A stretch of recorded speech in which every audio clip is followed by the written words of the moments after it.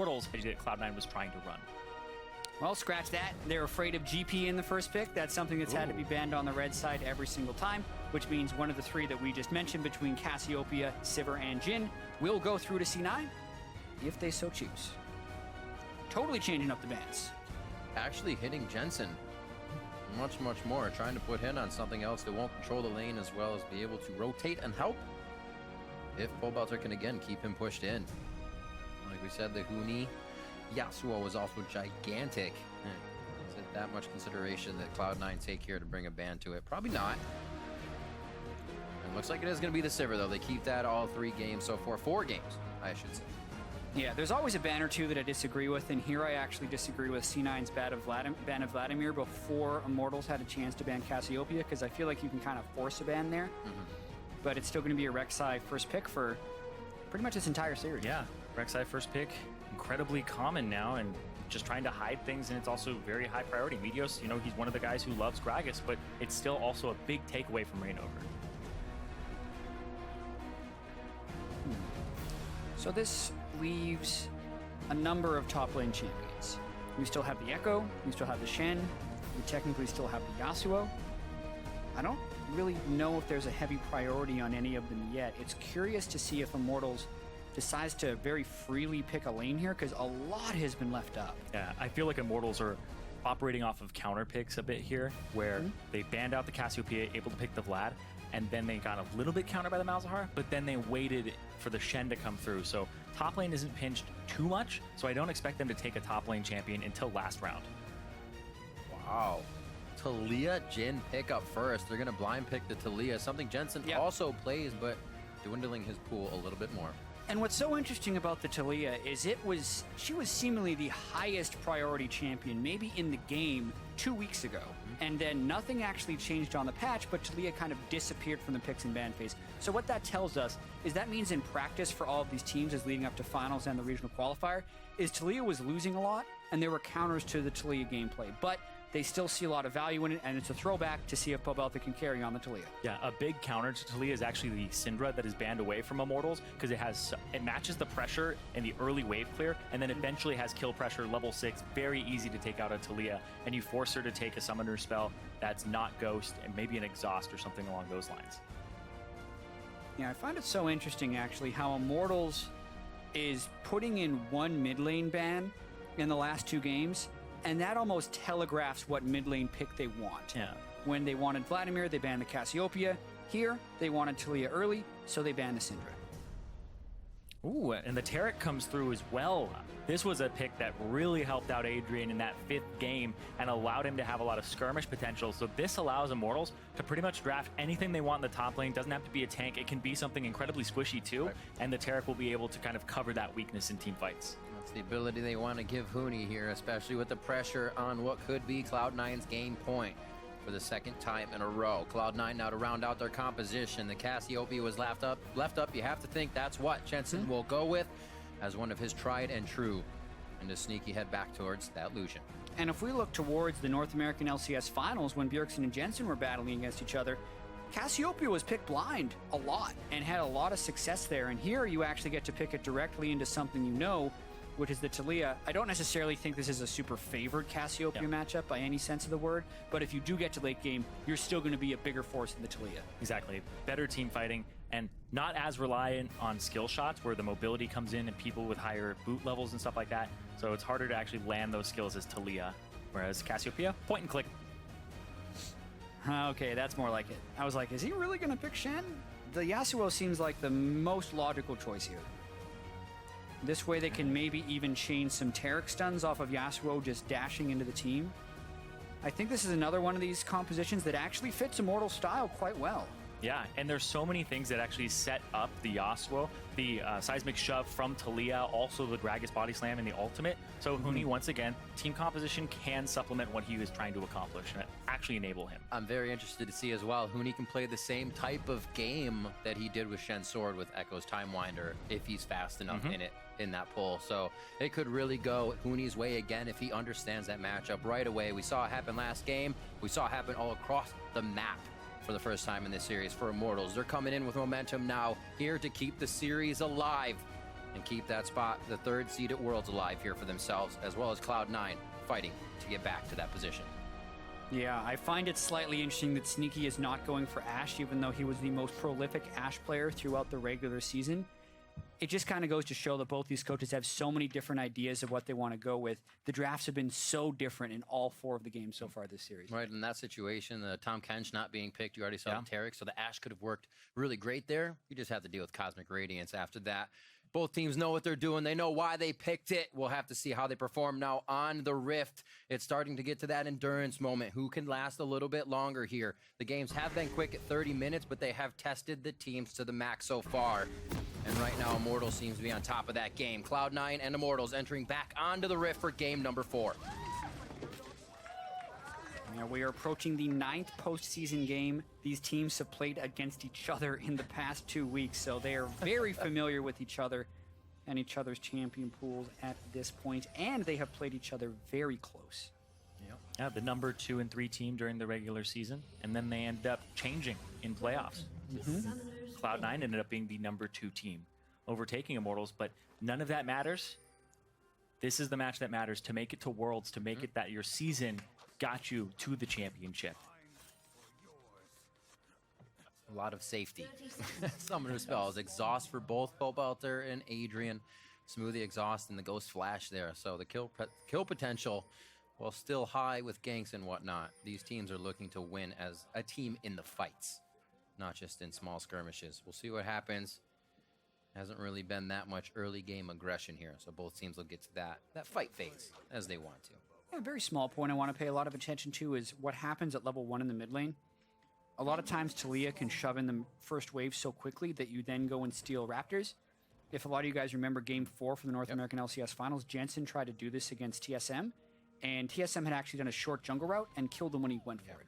So it's a play that you can do to gain an early edge in the lane, but very recently we have seen a play to counter it. If Pobelter is really trying to play to win and taking risks, he's going to go for the Raptors. But if that's in the back of his mind, he's not going for it. All right, little does he know that is a top-side start from Meteos, so not a fast red to the Raptor gank, as we saw by TSM. Seems like they'll just kind of back up out of this one. So it would be safe for him to go for it, but there's no way of really knowing that, aside from just guessing that Meteos is going to be starting on the blue side. A small advantage previously, if you played Talia. Now something you have to think twice about. Still clearing the waves as he stood, working that ground, looks like over towards his right side. Yeah. Just playing the lane Easy. conservatively. Well, immediately, the top lane skirmish, the matchup here is just back and forth. This is honestly a little bit of a Echo favorite matchup when it's AP versus crit chance. Has a lot more ways to just heal himself and get out of there, and you're relying on landing your knockup as Yasuo. But when it's all tank, Yasuo actually has a fair edge. See how Impact takes to this matchup.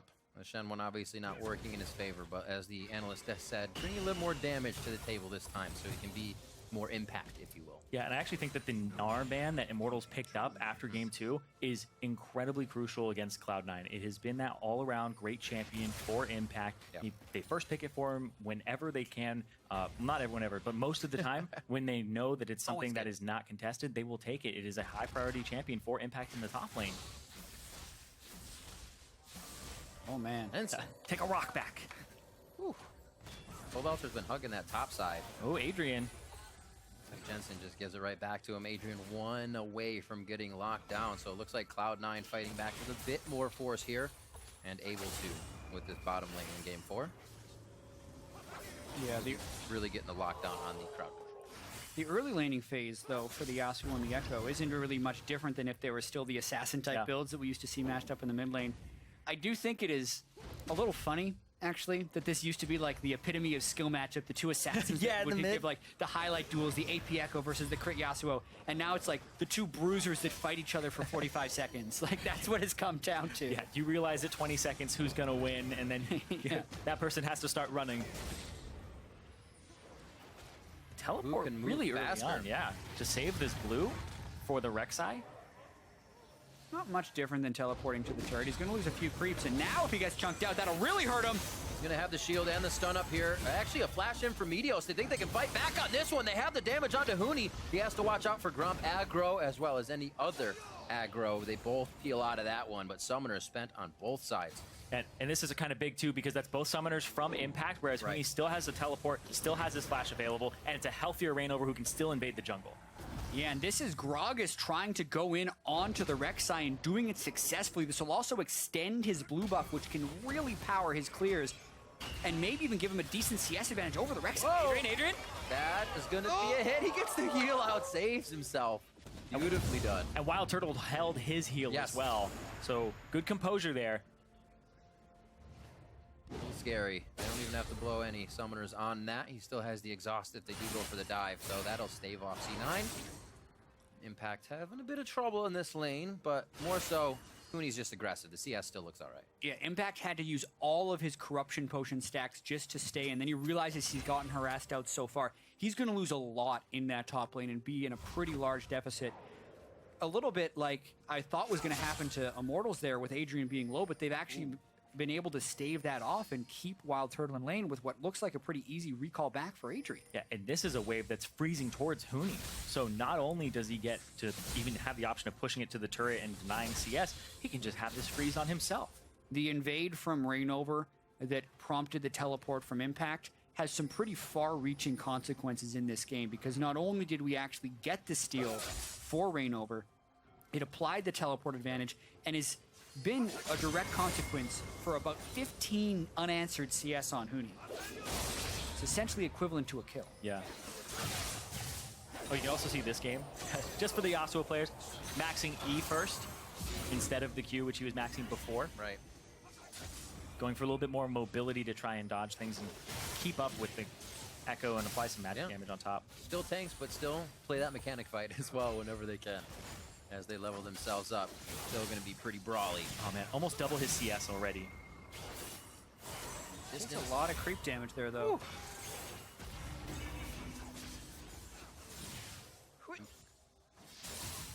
That's going to get pretty volatile up on the top side. Reingover level up on Meteos right now, so we may see something crazy happen here as he heads towards that.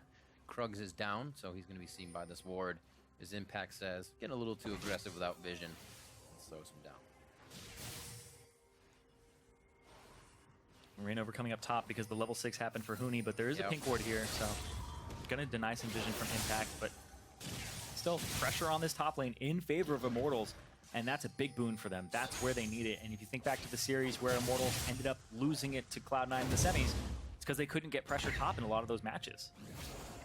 Yeah, and it's the Mortals you are used to seeing, although Huni gets interrupted on his recall. Nice prediction there by Impact, because they had cleared the wards in that brush, and Huni was trying to get that early recall off. He needs to go back to base to convert his gold advantage over Impact. Echo does have a good, easy time pushing this wave in. It is a cannon wave, so he'll probably lose 2-3 creeps.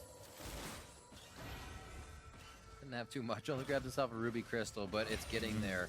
Takes time to let that wave pile up as Impact pushes it in.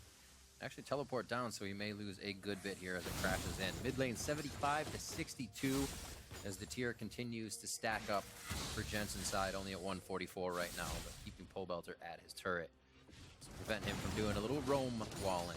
Yeah, and I'd say that's a pretty good laning phase so far by Jensen, especially when Talia would have had the option to shove in a little bit at level 1.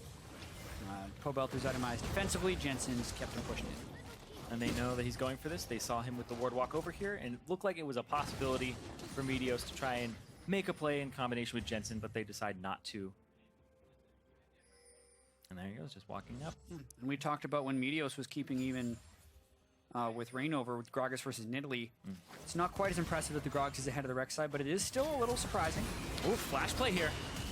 Got the Bastion go back. They get a good stun. Meteos comes in. No Cosmic Radiance here. Wildturtle can't even get back to ult. He doesn't have enough room. Will he be able to finish on Adrian as Sneaky gets that relentless pursuit with a few more shots, but it does not clear him out. They, however, pick up first blood. Yeah, pick up first blood. They had to actually use a lot to get that. The knockup from Meteos didn't hit Wildturtle, so they had to spend a little bit more, but the exhaust did come through from Adrian. So overall, very good play there from Cloud9, which gives them an advantage. Still a great gank overall, because they were able to get the summoner spells out as well as the kill, and they also strike exactly when they needed to, right before Adrian hit level 6 on Taric. It'll also probably give him this Ocean Break. Oh, walls Meteos off in the pit by himself. It's like old. It's like old Oh, friends. he used the disengage and Reingover has no mana. Adrian over the wall. Remember, there's still no ult there for him. Reingover as well. Sneaky's going hard on this one. He's going to get the kill on Adrian. I don't know if they have the guts to go for Reingover here unless Meteos is close enough, and they are going to start hovering. Got to watch out for Turtle. What was Immortals thinking going for that harass there? They'd already lost the duo lane. The Drake was all but taken. Pobelter didn't even arrive. And they're just meandering into the pit with Reingover and Adrian. It gives a kill back over to We'll Smoothie. see it here again. It seems like not having Meteos gave them too much sense of security. Yeah, that's a really strange play there from Reingover because that ultimate is his disengage. He runs out of mana, doesn't have enough for body slam immediately. It just comes up after, so he's forced to use his flash to get over the wall. And then Adrian walks up and ends up dying. He's trying to support his teammate, but nope. Ends up going down and giving another kill over to this Lucian. Yeah, that is really tough for them. They'd been able to accumulate a very small advantage on the top side, but Yeah. starts with a good gank and then ends with a bad play by Immortals. Whatever advantage they had in laning phase is long gone. Yeah, and Ocean Drake goes over as well, which will help the laning phase from Cloud9. Is definitely a big thing for Echo top lane. You don't have to back as frequently. He spends a lot of mana clearing these waves. Ooh. Very nicely done. Actually got the phase dive in to enter goal, if you will, goal side on the turret, get himself towards Yasuo. So it seems like Impact is actually kind of adapting to that situation, unlike you could with Shen's sword. 72 to 82 still there. Huni keeping into the top side. Actually had teleport for that fight in the bottom. Would have been even worse though if he would have lost lane to that and then the result of both, or just, sorry, Reingover dying. Or I should say Adrian. And now back to lanes. First turret still yet to go down. A lot of gold could just fall into someone's pocket very fast. And Immortals was able to utilize that last game and really catapult themselves. I don't know if that's going to be the case here. Impact just applying so much pressure in the top side now, despite being at what was a 50 to 30 CS deficit early on in the game. And able to keep the pressure up too, because he just ults straight back to lane as Huni has to clear the wave and recall. And he interrupts his recall again, so Impact gets a clean base off and then is still able to get back to disrupt Huni. That's just going to continue to keep Huni at his turret. And Huni realizes he's going to have to try and clear this wave during that time. He's not going to get a clean recall for himself and may have to burn his teleport to get back, unless he gets jungle assistance, but he can't go topside. Reingover is occupied in the bot lane, because that's where Meteos has been hanging out. Yeah. Unless Huni gets some help up from Reingover, I almost feel like when he recalls, he will lose the turret. So he has to sit on those items for a while. He's going to get his recall off here, but that's a full wave. He'll have to use his teleport. I just realized he still has his teleport. Yeah. But he's then going to opt into a teleport deficit. And you can see the CS being caught by Impact very quickly. Yeah, Pobelter didn't see that ward. He's having too much fun surfing. Yeah. That's a really early upgrade by Jensen for the blue triangle, trinket. yeah. Yeah. Pobelter doesn't think to check. It's going to stop his roam's top lane, too. Might be seen by Reingover as they come down. Oh, yeah, Impact's playing that really well now. Getting the 3 proc off onto Huni and Huni's wind wall. Not doing exactly what he needs it to do in these. And here's the thing as well. In this top lane matchup, Huni has actually wasted so much time because the way that you punish the Echo is his ultimate is down. And then you back, get an item advantage, TP back in lane. You have the possibility of maybe killing him. But now, you're going to have to go for a flat kill while he has that ultimate backup. And Huni is sitting on 2,000 gold. Yeah. His recalls have been endlessly delayed here. So, like, even though he's able to get his CS up, they don't actually have kill threat impact. So, I think the reason Reingover's up here is actually to prevent Huni from having to burn his teleport to get back to lane. He wants to shove it out, find a recall position, get there, and then be able to walk back to lane. Yeah. Stopping the possibility of a freeze or a hard push and making sure he can clear this wave and then get a nice recall off. But he needs to run really far back because he's had a couple Pretty of scarred recalls. Yeah, there we go. He can see where Impact is. Make sure that he's not coming. Ash Arrow, not even in the game. Stop him from backing. Another quiet game now, 14 minutes in. A little less action than we saw last time, more like the first game. So invade this on the could blue. explode. There's the TP from Huni. As I say it, let's see the action. Ding ding goes the bell. Blue is going to go over. That is Reingovers as he smited it down. Bastion's going to lock down Smoothie as the rest of the team gets in. They're actually piling the health bars in, but the AoE is huge from Immortals. That swings back around with Impact's damage as he takes down Reingover, and now it's 4v1 on Wildturtle. Impact may stay alive. There's a burn, but he will. And now Jensen starts to push forward here. Cloud9 scattering hard enough that Immortals couldn't finish off those kills. Wow, what a massive fight right there for Cloud9, because it looked like that was how Immortals could get back into the game. Huni finally went back with his 2K plus gold, finally bought, and then could teleport immediately into a fight where it seemed like they'd section Cloud9 off, but the fight just doesn't work for Immortals. Adrian dies before his ultimate completes onto him. C9 just seemed to all get away with very low amounts of health. Let's watch this one more time. The Wildturtle throws all of his shots out. They're hitting Smoothie, and Sneaky is the one who goes after Huni. So Huni, 2,000 gold spent, whatever. This 3-0 Lucian is zoning him from the fight. Impact able to get his ultimate off and get another kill, and that whole top half of the fight, they're trying to weave spells in there, but Jensen just does so much already, and Huni... Oh!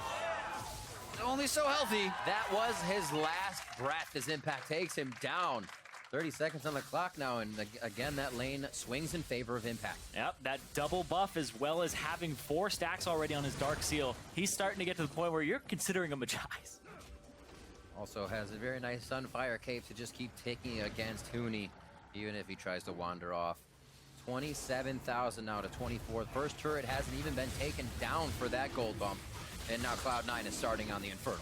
Perfect Drake for them to have at this time as well. Uncontestable with the way Immortals is right now. They're also going to lose that first turret to Impact, and things are looking really good for C9 and their chances at Worlds. Yeah, and if Immortals can no longer duel in the top side, that is a big deal, because that mid lane as well, you just saw that exhaust go down. There's so much pressure here from C9 that, oh yeah, he was half HP trying to get a good back.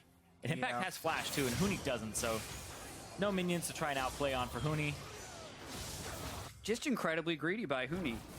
He recognized he shouldn't have been shoving that wave, gives another kill over to his lane opponent. It leads to the turret, so that's almost like giving 2.5 kills worth of gold over to him just like that. We talked about how when Immortals falls behind, they tend to make some very aggressive plays to come back into it. They made that aggressive play to try and stop the C9 invade, and the cost of that was massive. It's now 4,000 gold at 17 minutes, and they have to be able to come back if they want their season to continue. Like Huni with that lane pushed up, doing a little ward clearing duty as well as vision setting, but still, Cloud9 not in any position to be ganked with themselves in the lead here. They're pushing up slowly, they're not going past their boundaries and really not leaving Immortals any openings here in this, I'd say, almost mid-game now that the turrets are starting to gold down. Bot lane will be the final outer one, or sorry, second outer one here, as mid lane will be the focus now for Cloud9. Now those early kills that went over to Sneaky really helped him out. He's able to abuse that and hit some items, power spikes a little bit earlier, have a 30 CS advantage, and then that transitioned into the turret eventually. And right now, Impact gonna try to stun. Getting Pobelter slash, very nice phase dive and parallel convergence there. Pobelter has to respect it, so you can see now Cloud9 starting to flex their muscles a bit. Not really having a minion wave, but still trying to dish out big damage. Yeah, Cloud9 already killed the outer turrets in the top and the bottom lane. They're now rotating towards the mid lane and just trying to shove down as quickly as possible.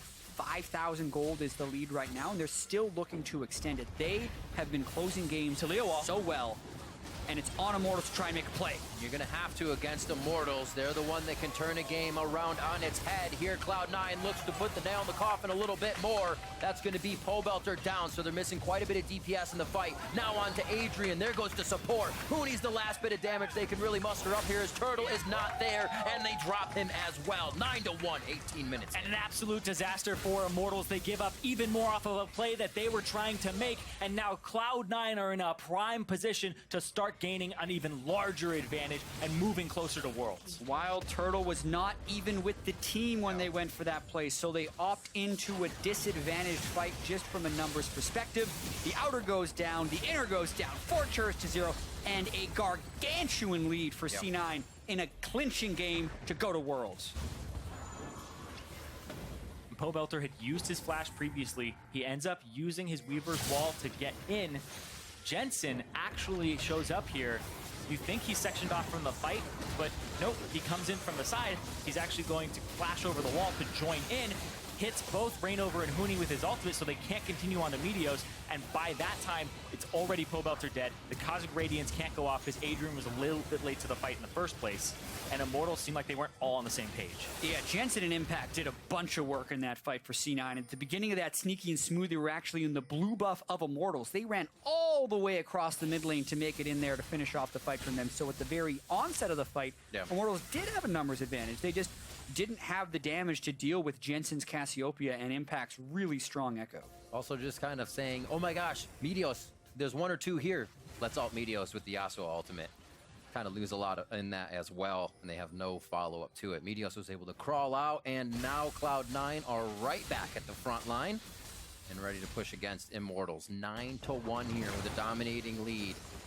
There could still be a separation fight. There's a lot of conditions where Pobelter can create something that is big for Immortals here in a skirmish, but it's got to have to be almost perfect. Yeah, and they have to execute so cleanly, and they have to get over what is probably running through their heads, because they were the #1 team in the spring split, the #2 team in the summer split as far as the regular season goes, never even making a final, and 33-3 is their cumulative regular season record, trying to make it to Worlds. They might catch Jensen! This is one thing they need to start doing, is dropping C9 members so they can grab more control of the map, but now it's 1-for-1, and C9 start to push back a little bit harder. Immortals have to take position once again on their side. Yep, Huni charging up his ultimate, making sure that he'll have those Qs ready. And Immortals strike swift and hard. They pick up Jensen, but they give up Reingover in the process, and they need fights kind of like that, but that's the right idea. Yeah, a net neutral isn't a bad thing for them when you're 8,000 gold behind, but when they extend their main playmaking spell and still have Reingover go down for the trade, it's not going to help them get back in the game. It's also a testament to how much Cloud9 has been able to improve. They were the third-place team in the regular season, but they lost in the quarterfinals in the spring. They make it all the way to the finals in the summer. They destroy Envy yesterday, and then they have to go up against Immortals, who, as we keep saying, throughout the majority of the regular season, it was almost an afterthought about, oh yeah, so Immortals is going to go to Worlds, and who else is going to go to Worlds? But now it could be Cloud9 over Immortals. Even then, it was like MSI. All right, Immortals looks really strong coming into MSI. Oh wait, gets knocked out. Maybe the same story here for Worlds. And you think about Cloud9's journey like you were talking about, the team didn't really have a lot of coordination. They've come together, and even on top of that, Cloud9 have really shored up a lot of their weaknesses. They were one of the lowest cumulative kills per minute team in the league, #9, and they got it together, and they're able to play the style that Immortals is trying to play, where they can be brawly and they can have early advantages, and they play proactively now. It's something you need to have as well, because closing out these games is exactly what you're going to need to see from these teams at Worlds. It's something that usually always plagues a team at one time or another, where it just goes too long and you're not able to close it out. Here, we're going to see if that can happen for Cloud9. Immortals, as we said, still in a position to make something happen for themselves. 8,000 gold lead looks pretty good for C9 right now, though. Yeah, already being able to down the 4 outer turrets. They haven't allowed Huni's Yasuo to get going. Both of Pobelter's Weaver's Walls have backfired, and Sneaky is 5-0. So all of those things are very beneficial for Cloud9, as they will most likely start baiting around Baron. Yeah, the 7,000 gold lead is about the time where you would want to do that, regardless of the time on the in-game clock. And they've had Drake control the entire time. And there's just been a lot of flubs here from Immortals. Reingover going in on the Drake and trying to steal it with a barrel, and then having it backfire onto Adrian and blowing a lot of summoner spells. Cloud9 have been punishing summoner spell usage very heavily in this matchup. Throughout the series, they've been able to catch Immortals out of position in all games except Game 3, where Immortals had a pretty strong bounce back, but it prevents Immortals from being able to group up for the positive plays. Currently, though, most of Immortals' summoner spells are up. It's just they don't necessarily have the items they would need to try and pull off the play. Still waiting for the heavy use of exhaust in these fights. It can really throw Cloud9 off if they think they're going to be finalizing kills and go too deep, because against this composition, that's how you get locked up, and that's how Turtle starts coming up with kills in Huni. Yeah, but Pobelter has had so much pressure on him from Jensen. We've seen him blow his exhaust in lane multiple times already because the Cassiopeia just looks like he might flat out kill him. The threat is becoming very, very big. Immortals are kind of having to react here as Cloud9 pushes on them a little bit harder. Rocket of the Iron Solari finished up now for the side of C9, and it's really not too much of built, or at least the Aegis is built on the side of Adrian, I should say. So very close to having those shields. Everything they can get in these fights is going to be huge. Cloud9 only pressuring down more. No, Impact's going to get this one. Gets himself in a bit of danger here, and he's going to try to walk his way out. No teammates to help him on this.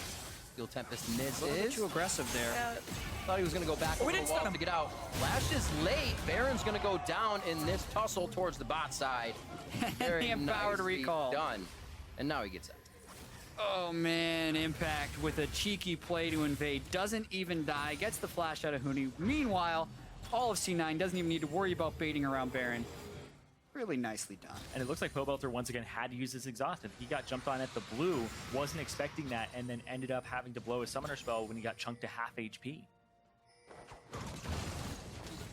He also had to kind of abandon the scene of the crime and back up. Thought he might die there, whereas Huni maybe could have used a little bit of help, but the Baron was being taken simultaneously, and that's something Cloud9 have used a whole bunch. As soon as more than one person is on Impact, you can go take an objective, no problem. He's really good at stalling and wasting your time.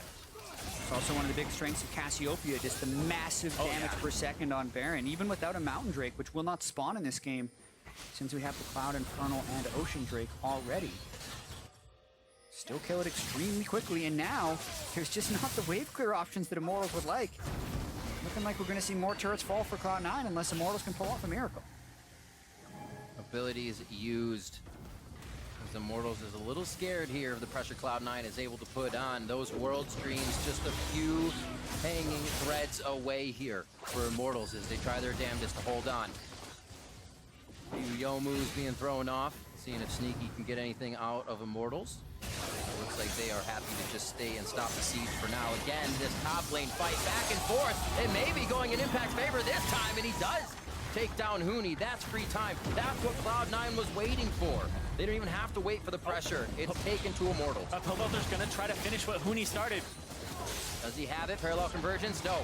Not to be able to come out and help him. That Pobelter pulled away, however, and they're on the inhibitors. Yeah, maybe more. Reingover getting locked down. They tries to throw down the Cosmic Radiance, but it's too late, and it doesn't get Turtle either. He goes down, and it looks like Adrian is left alone here as Pobelter has to get back from the other side of the map. Adrian close to going down, and so is their Nexus. And they might be going after these turrets right here. Sneaky flashes. Cloud9 getting in, meaning so much to them and the members of Cloud9 to get back to Worlds with this new squad. They're trying very hard, but no, this may not be the moment. They'll have to take another chance. Huni TP. He's trying to actually get more off of this, but nope. Yeah. TP's in and just runs away. He can't do it. The ward was not even nearly deep enough. It seemed like C9 was a little impatient there. They wanted to get on the plane. They wanted to start their boot camp for Worlds, but they didn't have minions. They had to wait. C9, they knew they had a 3 versus 4 on this one. They burst out Reingover before the Taric ultimate can hit.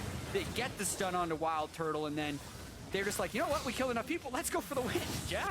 And Adrian, that was also an ultimate that did not hit Wildturtle, and that's what prompted them to jump immediately on him because the Cosmic Radiance was down. And Adrian's ultimates in this game have been a little bit late because Cloud9 are striking so fast, either as a response or the proactive play that they're making.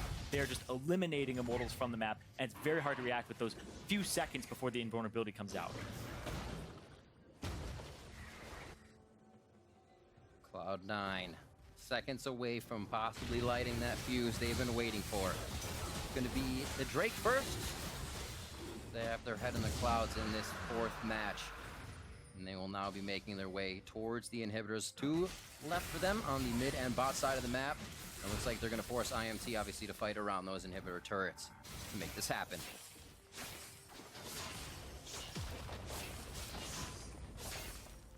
Not much Immortals can do right here.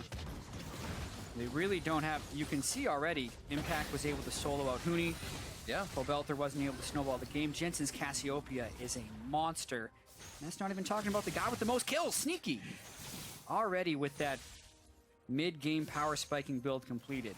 really looking to shred down Immortals. An inhibitor already down. They don't have the Baron, but that doesn't mean they're not looking to make a play. Yeah, Jensen, very fed right now, as well as Sneaky, those 2 damage dealers, very high up there. And then the split push build is online from Impact. Like, Immortals right now have a lot of work to do in terms of stalling. Yeah, the next Drake is Infernal. They could actually get their 5th Elemental Drake if they wait. Baron would only be a few minutes after that. If they're looking to initiate, they might want their Summoner spells. Meteos would want to be able to flash on Burrow to get a priority target. So besides it being an ace, I actually may not have time to describe what the fight would look like. Cloud9 may be forcing Immortals' hand in that sense. It looks like they back off for now. What would be the perfect fight for Immortals here? What is their entry into a fight, or is it waiting? The perfect fight for Immortals is being able to kill Jensen before he can get any damage off. And it's even better if they can get Jensen and Sneaky in the knockback. But then the question with the knockback is, like, where's their actual follow-up burst afterwards? Because I'm imagining a world in which Reingover ults both carries backwards and Huni then ults on top of them. That might not actually be enough bursts to kill both people. If it was, though, that's the ideal fight. It pretty much has to start with Reingover, CC chain into Yasuo, into Taric, and just kill both carries right away. They actually do have a fair amount of CC here. You can throw in the Talia and the knockback on that. And Wildturtle, he actually has the largest disadvantage and discrepancy between himself and Sneaky. It's about 4,000 gold right now between the two of them. And he's the one that needs to be bringing that consistent damage in the team fights right now. So you're talking about maybe they'll kill 1. It's very hard to kill 2 with the state that the Jhin is currently in right now.